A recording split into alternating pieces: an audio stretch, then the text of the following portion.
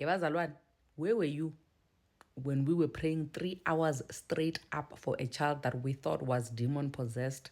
And the child is just high and drunk and seeking attention from a boy nearby. Yes, Bazalwane, if there's ever a time where I realized that I don't have a plan B, I trust in nobody or nothing else, all I know is God. Like literally, God is my only refuge.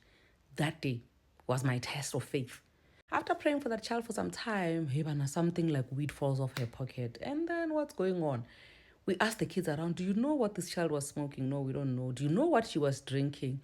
They show us a cup of what she was drinking. When we smell the cup, it smells like alcohol. We get the mother's number. We call the mother. Hey, your child is busy screaming. The more we call the mama, before we call the mom, she would say, call my mom. She'll know what to do. Call my mom. And then we get the mother's number eventually. When we call the mom is like, I'm out of town. What is happening with the child? And then we tell her the child is just screaming and saying the voices must stop. So we're assuming that she's saying the voices are in her head. He's like, isn't there a sangoma nearby? If you take her to somebody with a sangoma, they will help her because this child is got a calling and whatever, you know. And we're like, hey, ma'am, we don't know any sangoma. For what it's worth, we've been praying for this child for the past 3 hours. Like, your prayer is not going to work. And then imagine if you're telling me, as somebody who only depends on prayer, to say prayer is not going to work, I don't even know what to do to help you anymore, you know. But obviously, I can't just sit around. I continue praying. I continue praying for this child. We all continue praying for this child. And now, the mother says she's going to send somebody to come and fetch the child because the child doesn't stay so far away from where we were. The guy that comes to fetch the child is working. And now we're thinking, hey, how are you going to get this person home? Because she's literally just sitting down. She does not want to get up. And then before the guy gets there, the child is busy. I want Peter. One of the boys who were there, it's Peter. And he's also a teenager. I want Peter. I want Peter. Hey, Peter, come. The girl wants you. Only to find out later on, this girl was dating Peter, but the boys don't know how she got into the complex. Like, nobody knows how she got there. And then when Peter comes, she keeps quiet. Like, okay, you know what? We're taking you home. We're taking Peter with and another friend. We'll bring them back. We ask for the permission from the mom. We'll bring Peter back.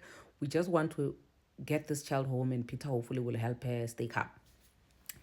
And then when we're taking her home, she asked that we open the window because she wants some fresh air. I'm like, hey guys, please don't throw up in my car, because obviously from the inside she couldn't open the windows or the doors because there's child lock, you know.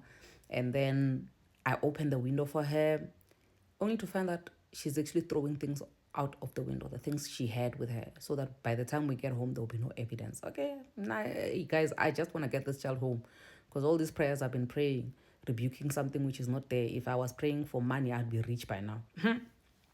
We get home, we don't find the mom, we find two friends of the mom. You know, they're not so far away from a place of drinking alcohol.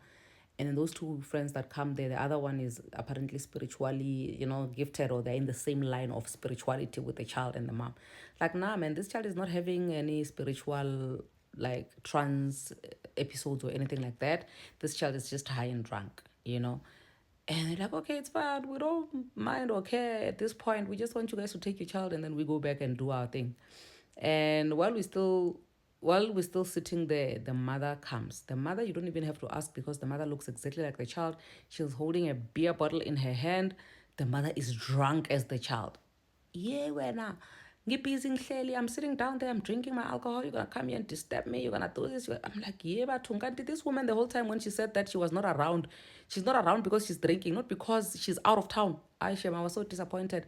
The mother starts saying, you know, I'm gonna beat you up. The child now moves from her having an episode and saying the mother knows what to do to beat me up. Yes, you beat me up every day. You always beating me up. The mother now starts explaining how this child is a problem child ever since the father passed away. I've tried my level best to do anything. And when I'm looking at the mother and I'm looking at the child, I'm like, these two people, the both of them are going through a lot, you know. And unfortunately, if the adult is not adulting in this case, there's nothing we can do. I give the mother my number. I'm like, please do call me. I knew there and then, though, after giving her my number, that this woman is definitely not going to call me. You know, she's not going to call me. She's not going to try to get any help whatsoever. Anyway, we left them like that and we just went home and continued with our lives. So with me, honestly speaking, I really was convicted and I was reminded of just the fact that I do not have any plan B whatsoever when it comes to who I trust. Like, I don't have a plan B, and that was the wake up call of my life. Anyway, please tell me what the wake up call of your life when you realize that actually I don't have plan B, I don't trust in anything else but God.